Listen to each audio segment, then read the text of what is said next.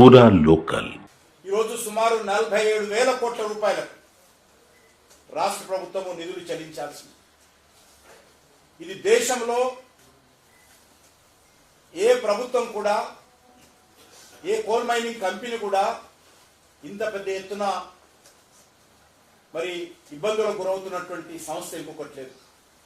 తెలంగాణ రాష్ట్ర ప్రభుత్వం ఆధ్వర్యంలో 100% తెలంగాణ రాష్ట్ర ప్రభుత్వం పెత్తనం చేస్తున్నటువంటి ఈ కంపెనీకి ఈరోజు ఒక రాష్ట్ర ప్రభుత్వమే 47,000 కోట్ల రూపాయల పైగా మరి ఈరోజు బకాయిలు ఉన్నాయంటే సింగరేణి పట్ల, సింగరేణి సంక్షేమం పట్ల, సింగరేణి కార్మికుల పట్ల ఈ కాంగ్రెస్ పార్టీ కానీ, గతంలో ఉన్నటువంటి బీఆర్ఎస్ పార్టీ కానీ ఎంత చిత్తశుద్ధి ఉందో తెలంగాణ ప్రజలు అర్థం చేసుకోవాల్సిన అవసరం.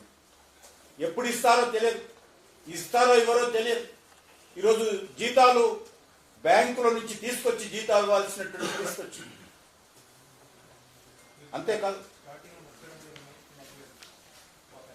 టీఆర్ఎస్ ప్రభుత్వం సమయంలో ఇప్పుడు మొత్తం కలిపి 47,000 కోట్ల రూపాయలు.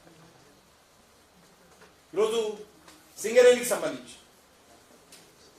గ్రేడ్ 11 కోల్ చూస్తే ప్రతి టన్నుకు 4,088 రూపాయలు మరి ఈరోజు సింగరేణి రేట్ ఫిక్స్ చేసి కోల్ అమ్ముతా ఉంది.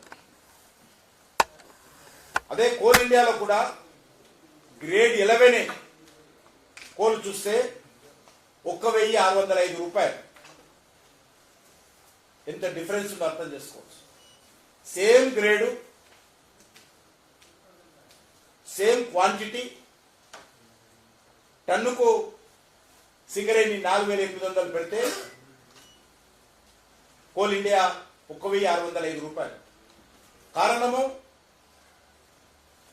రాష్ట్ర ప్రభుత్వాలు సింగరేణి మీద పడి దోచుకుంటున్నాయి కాబట్టి సింగరేణికి సంబంధించినటువంటి జీతాలు ఇవ్వాలన్నా, సింగరేణి నడపాలన్నా ఈరోజు సింగరేణి కంపెనీకి వేరే ప్రత్యామ్నాయం లేదు, ధరలు పెంచడం తప్ప.